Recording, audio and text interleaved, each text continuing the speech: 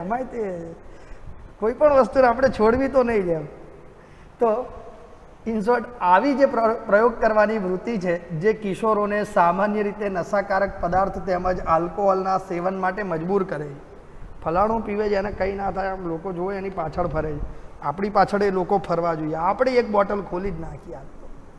ચલો, બાળકની જિજ્ઞાસા વૃત્તિ અને આવા પ્રયોગ માટે તેને પ્રેરિત કરે છે કે ભાઈ એ નશાકારક પદાર્થો તરફ આગળ વધે. આલ્કોહોલનો પ્રભાવ કેમ જોયો કે પેલા એ પીધો એટલે મસ્ત થઈ ગયો માણસ, હા કેવો ખુશ રહે છે, અને આપણે સાલું ટેન્શન ટેન્શન ટેન્શન ટેન્શન લગાવી લો 2 પેક એટલે ટેન્શન ભૂલાઈ જાય. હે પછી તરુણની સમસ્યાથી નાસી છૂટવા તેનો ઉપયોગ કરે છે. મેં કીધું ને ટેન્શન છે, પેલા નથી, આપણને છે ને. એને કેમ ટેન્શન નથી? એણે પેક લગાવી લીધો, આપણે બી લગાવી લો મસ્ત મોલા. આવું કરવું નહીં હો. હા, આવું ન કરવા માટે સમજાવું છું સાલા, આવું કરવા માટે નહીં. નહીંતર કે સાહેબ તો આવું કહેતા હતા. બધા બિલ સાહેબના નામે જ ફાટે. કોઈ પણ વિદ્યાર્થીનો કે વાલીનો અમે આટલા વર્ષોનો રેકોર્ડ જોયો છો, આજ સુધી કોઈ વિદ્યાર્થી કે વાલીએ છોકરું ફેલ થાય ને તો એમ નહીં કીધું કે મારો છોકરો ડફોડ હતો ને ફેલ થયો, કે મારું છોકરું વર્ક નહોતું કરતું ને ફેલ થયું. આડું સાહેબોએ કંઈ કરાયું જ નહીં. એટલે પણ એ જ ક્લાસમાં 3 છોકરાઓ નીટમાં 450+ છે, 500+ છે.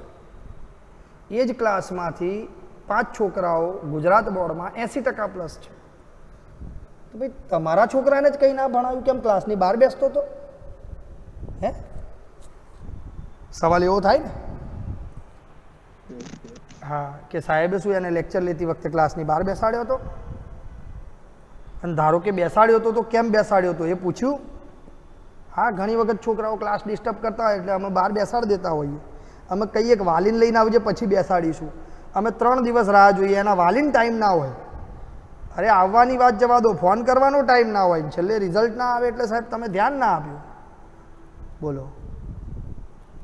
કેટલાક તરુણો ભણતરમાં અને પરીક્ષામાં ઉત્કૃષ્ટતા ન બતાવતા તણાવમાં આવી જાય છે. મેં કીધું ને પહેલાં આખું વર્ષ કંઈ ના કરે, છેલ્લે પરીક્ષા આવે ત્યારે આડું બધું બાકી છે. શું થશે? ટેન્શન થઈ જાય. એવા ટેન્શનમાં પાછા બીજા 2 ભાઈબંધો હોય, લે આ બિસ્ટોલ લગાવી, ટેન્શન બધું જતું રહેશે.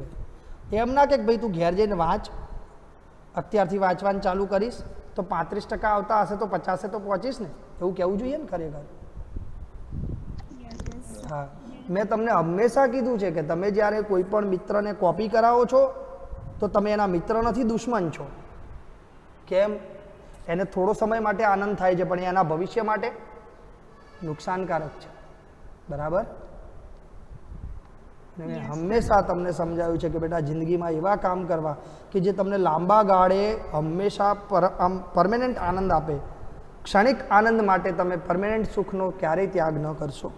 બરાબર? આ નશાકારક પદાર્થો બધા ક્ષણિક આનંદ માટેના છે. ટેમ્પરરી તો એમ થાય કે આપણા જેવું તો કોઈ છે જ નહીં. આમ મસ્ત મસાલો ખાઈને, આમ પાન ખાઈને જે પિચકારી મારે ને રોડ ઉપર, આપણને એમ થાય કે વાહ ભાઈ વાહ, આને સરકારે ડિઝાઇનિંગનો કોન્ટ્રાક્ટ આપ્યો લાગે છે. ચલો,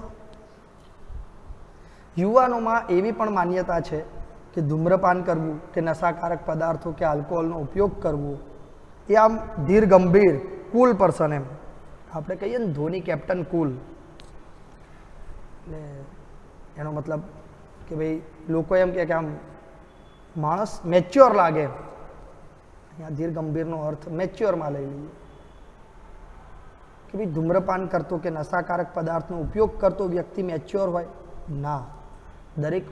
દરેક વસ્તુને, દરેક પરિસ્થિતિને એકદમ શાંતિપૂર્વક, ધીરજપૂર્વક સમજતો વ્યક્તિ એ મેચ્યોર હોય.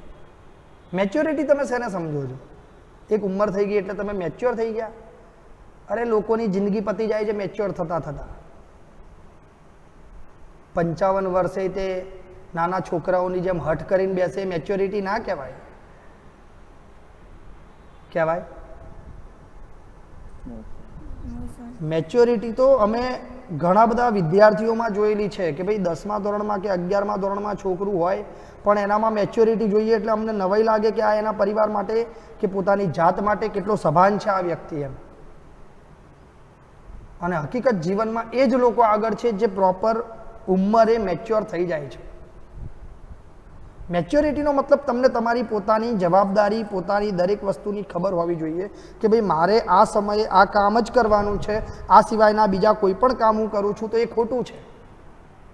દરેક વસ્તુની પોઝિટિવ અને નેગેટિવ બાબતો, ફ્યુચર ઇફેક્ટ, દરેક વસ્તુને ધ્યાનમાં લઈને કોઈ ડિસિઝન લેવું, દરેક વસ્તુને ધ્યાનમાં લઈને કોઈ કાર્ય કરવું, એ મેચ્યોરિટી છે. હું અત્યારે કોઈ કામ કરું 6 મહિના પછી મારે પછતાવાનું આવે, એવું કરવું જ ના જોઈએ.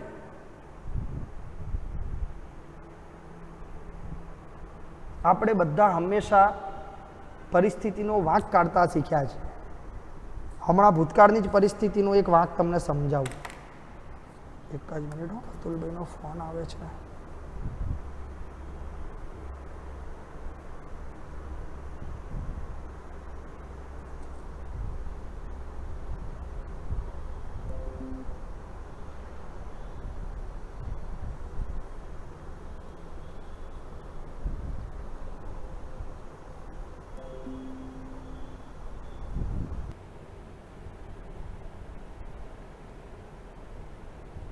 ચાલો જુઓ, તો કોઈ પણ વ્યક્તિની જે ધીર ગંભીરતા છે એ ધીર ઓકે સોરી બેટા.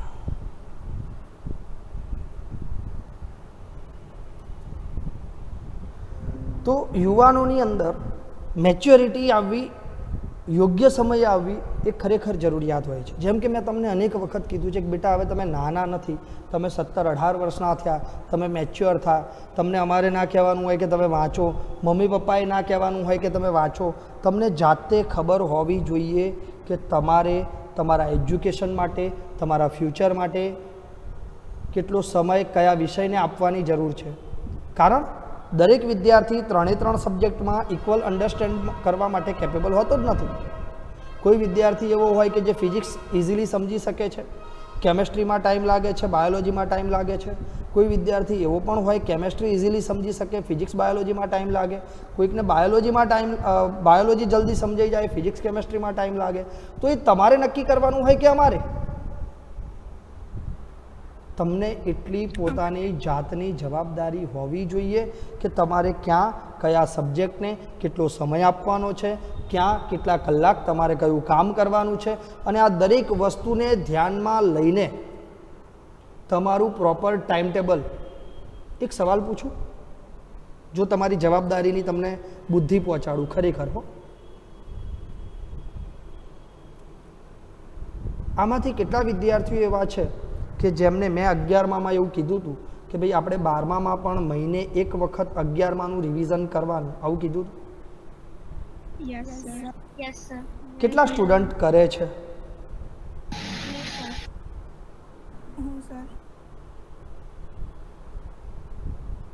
બાકી બધાને મારે લેખિતમાં નોટિસ આપવાની છે. સર રવિવારે ટાઈમ મળે એટલે રવિવારે. બરાબર છે. એટલે પરિસ્થિતિ આ છે કે આપણે કીધેલું હોય કે તમે આવું કરશો આખું વર્ષ, 2 વર્ષ, તો પાછું એ 2 વર્ષની અંદર મારે વારંવાર કહેવું?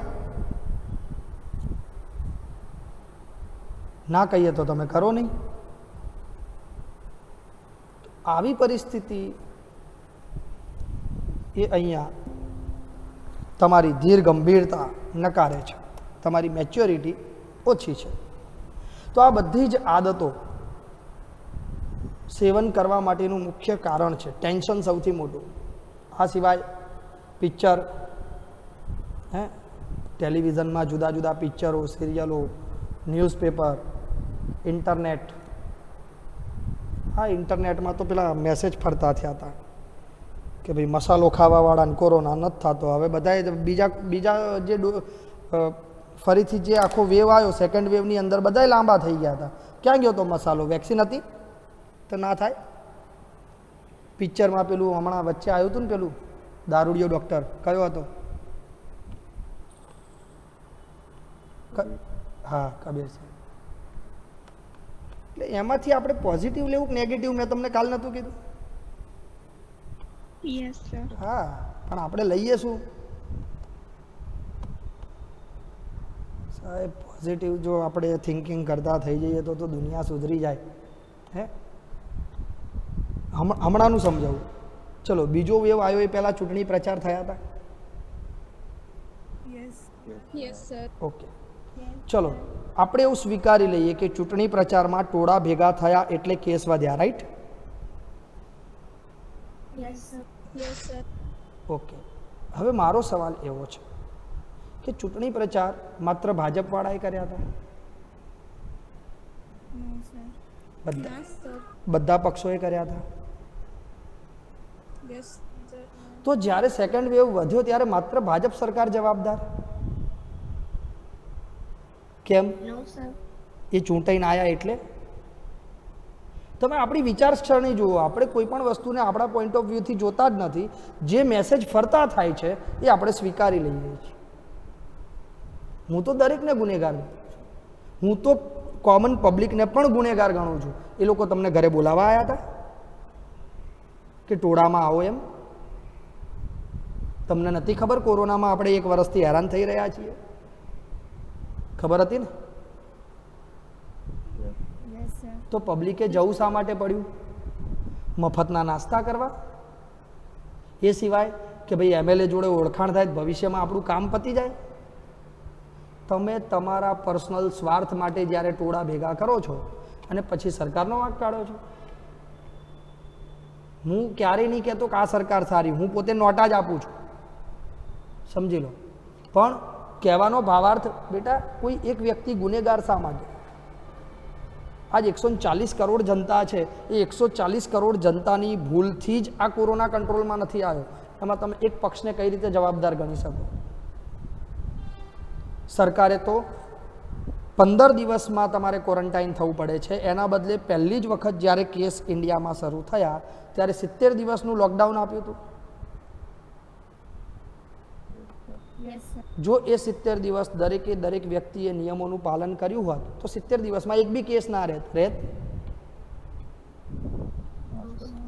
તો આપણે જ તે હવે સવારે 8 થી 11 છૂટ મળી હોય ત્યાર તો મેળો થયો હોય એવી રીતે બહાર ફરતા હતા.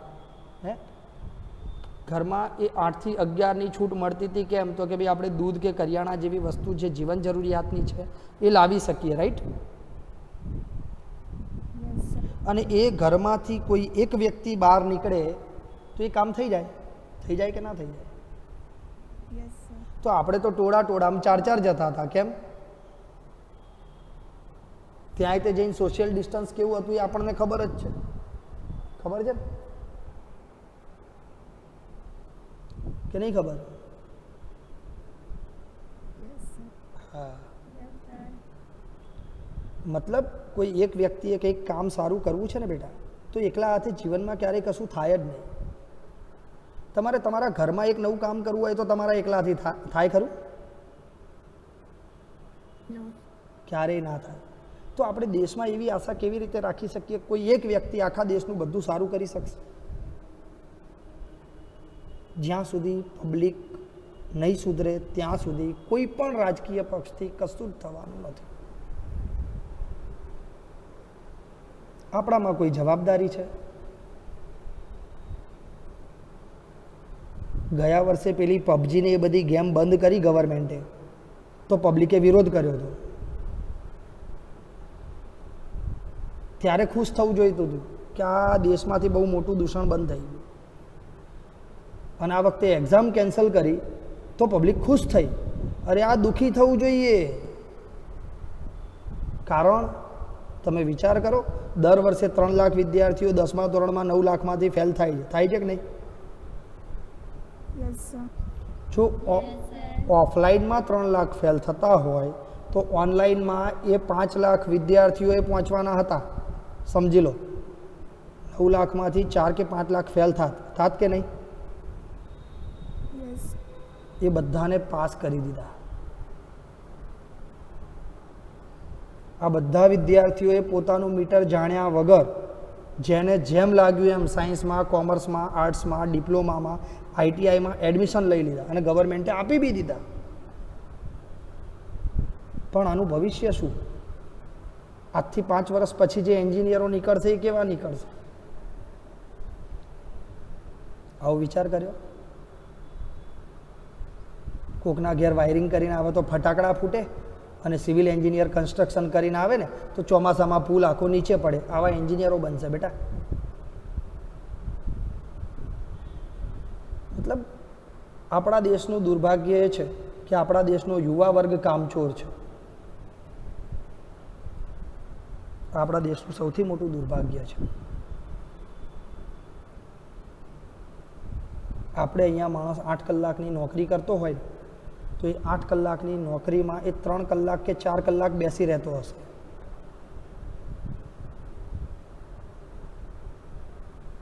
બેસે છે કે નથી બેસતો? બરાબર. આપણે એમ કહીએ ને કે અમેરિકાની અંદર માણસ 8 કલાકની નોકરી કરે છે તો સુખી છે. કેમ સુખી છે ખબર? એ 8 કલાકે દિલથી કામ કરે.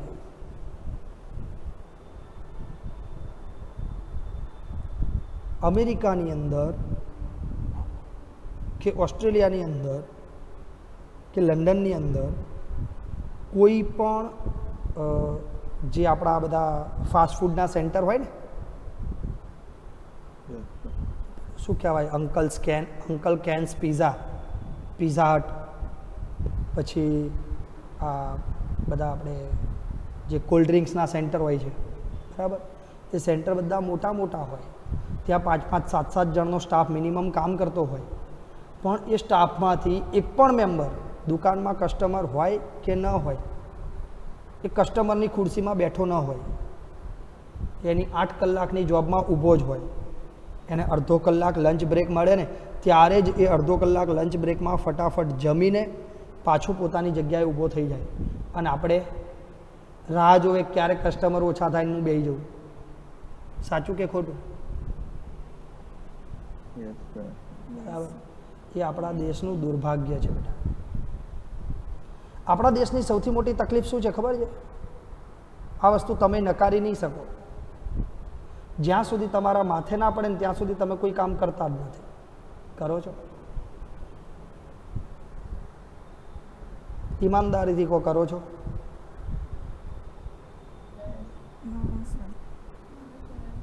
આ દુર્ભાગ્ય આપણું. કારણ કે દેશનું ભવિષ્ય તમે છો. જો તમને તે કોઈ આ અંદરથી કોઈ કાર્ય કરવાનો ઉત્સાહ નથી કે આ કામ મારું છે ને મારે કરવાનું છે, સાહેબ કહે કે ના કહે, સાહેબે ભલે 1 મહિનાનો અલ્ટિમેટમ આપ્યો છે પણ 1 મહિનાના અલ્ટિમેટમવાળું કામ જો મારાથી 1 અઠવાડિયામાં થઈ શકે એમ છે તો એ મારે કરી નાખવું જોઈએ. તો પાછળના 21 દિવસમાં હું કંઈક નવું કરી શકીશ. બરાબર ને? પણ આવું આપણે ક્યારેય વિચારતા નથી. એના બદલે આપણા જે સમવયસ્ક છે એ સમવયસ્ક લોકોનું દબાણ આપણને ઊંધું હોય. કેવું ખબર છે? હોમવર્ક થઈ ગયું? હા, હોમવર્ક થઈ ગયું, રીડિંગ બાકી છે. હોમવર્ક પતી ગયું ને? હા. સાહેબને મોકલી દીધું? હા. ચાલ હવે આવીએ છીએ, આવીને વાંચજે. પાછા આપણે ના યાર પછી મારાથી તૈયાર નહીં થાય તો કાલ રહી જશે, કાલ રહી જાય તો પરમ દિવસે કરજે, ચાલ ને હવે આખો દિવસ ભણવાનું જ છે ને.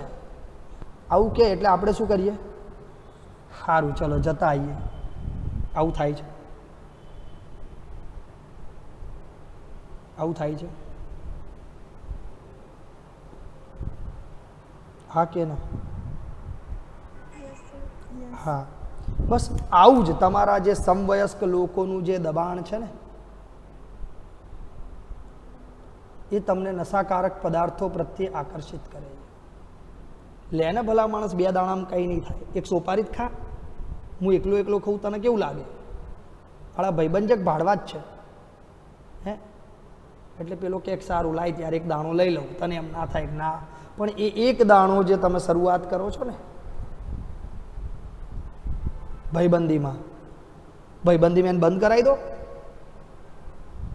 હે, તમે મિત્રતા નિભાવવા માંગો છો તો તમે શરૂ કરો છો એવું એને બંધ કરાવો ને. ના થાય? ન થાય? થાય. ક્યારે પ્રયત્ન કર્યો? આપણો મિત્ર કોપી કરીને 5 માર્ક્સ વધારે લાવ્યો તો આપણે કોપી કરીએ છીએ એવા એને ના પાડી શકીએ કે ભાઈ તું મિત્ર સાચો પણ હવે કોપી કરીશ તો હું સાહેબને કહી દઈશ કાં તો તારા વાલીને કહી દઈશ. તું કોપી કરવાનું બંધ કર, આ તને ભવિષ્યમાં નડશે. આવો ક્યારે પ્રયત્ન કર્યો? કરાતો હોય સાહેબ? હે? ચલો, કિશોરોમાં નશાકારક પદાર્થો અને આલ્કોહોલની કુટેવના અન્ય જે કારણો છે, આ કારણમાં કુટુંબીય અસ્થિરતા સૌથી પહેલી બાબત મેં તમને પહેલાં જ કીધું કે આપણે જે વસવાટમાં વસવાટ કરીએ છીએ, જ્યાં આપણે રહીએ છીએ, આપણા ઘરની પરિસ્થિતિ, આપણી આજુબાજુની પરિસ્થિતિ, આપણી સોસાયટીની પરિસ્થિતિ, દરેક વસ્તુ ઇફેક્ટ કરે છે કે નહીં? યસ. એકબીજાને સહારો આપવાનો અભાવ, કે કોઈક ટેન્શનમાં છે ને તો આપણે એની હળી કરીએ, એને મદદ ના કરીએ. હે? સમવયસ્કના દબાણનો અભાવ. મેં તમને હમણાં જ કીધું, દબાણ કરો મિત્રને કે ભાઈ કોપી બંધ કર, નહીંતર વાલીને કહી દઉં છું, કાં તો પછી સાહેબને કહી દઉં છું. થઈ શકે? Yes sir. આપણે કરીએ છીએ? આપણે કરીએ છીએ? નથી કરતા તો આપણે સાચા મિત્ર નથી. બરાબર? નેક્સ્ટ, બંધાણી અને પરાધીનતા. બંધાણી એટલે શું? કોઈ પણ વસ્તુની આદત પડી જવી, હા કે ના? યસ. અને પરાધીનતા એટલે તો કે ભાઈ આપણને એ વસ્તુ વગર ચાલે જ નહીં, આપણે એ વસ્તુના ગુલામ થઈ જઈએ, એ પરાધીનતા થઈ જાય.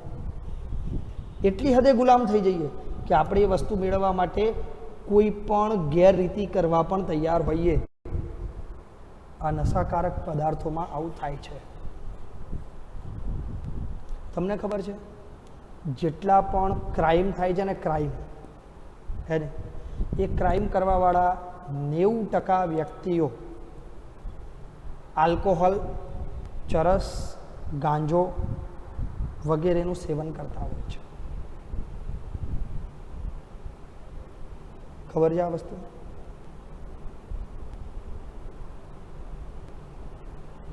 કેમ?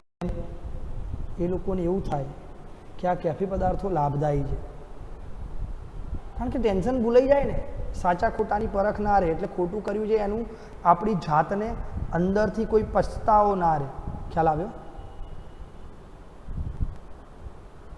તમે જો નશો નથી કરતા તો તમને પછતાવો થાય છે, સાચું ખોટું શું છે એ ભાન થાય છે ને?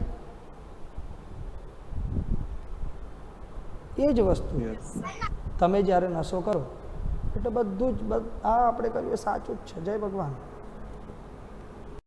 બરાબર? તો આવી પરિસ્થિતિ એ બંધાણી અને પરાધીનતા તરફ દોરી જાય છે.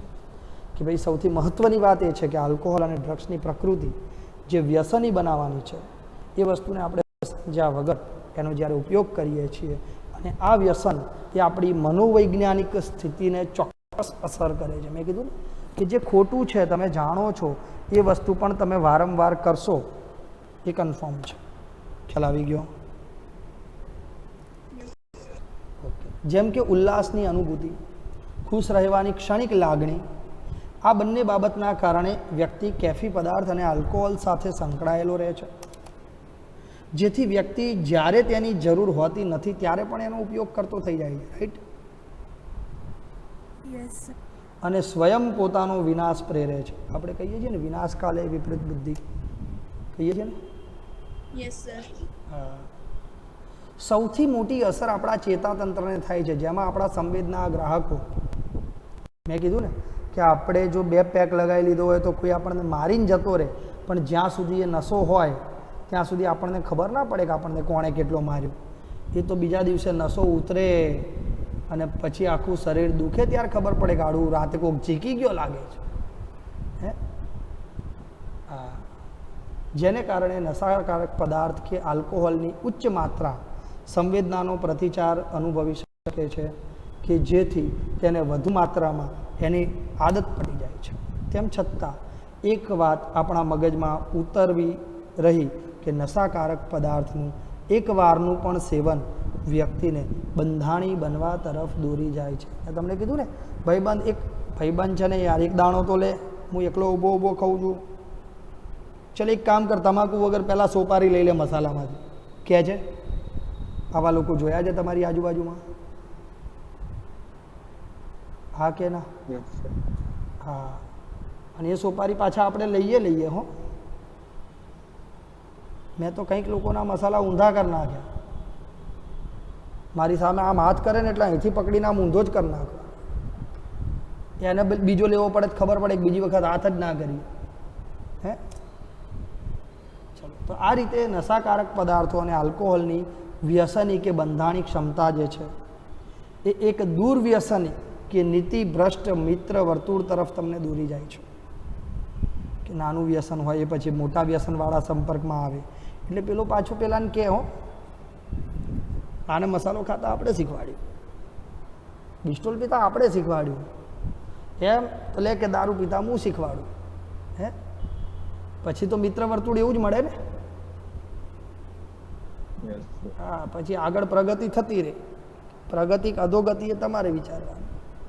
તો આ ચક્રમાંથી બહાર નીકળવું પછી એ જે તે વ્યક્તિના હાથની વાત રહેતી નથી. કેમ?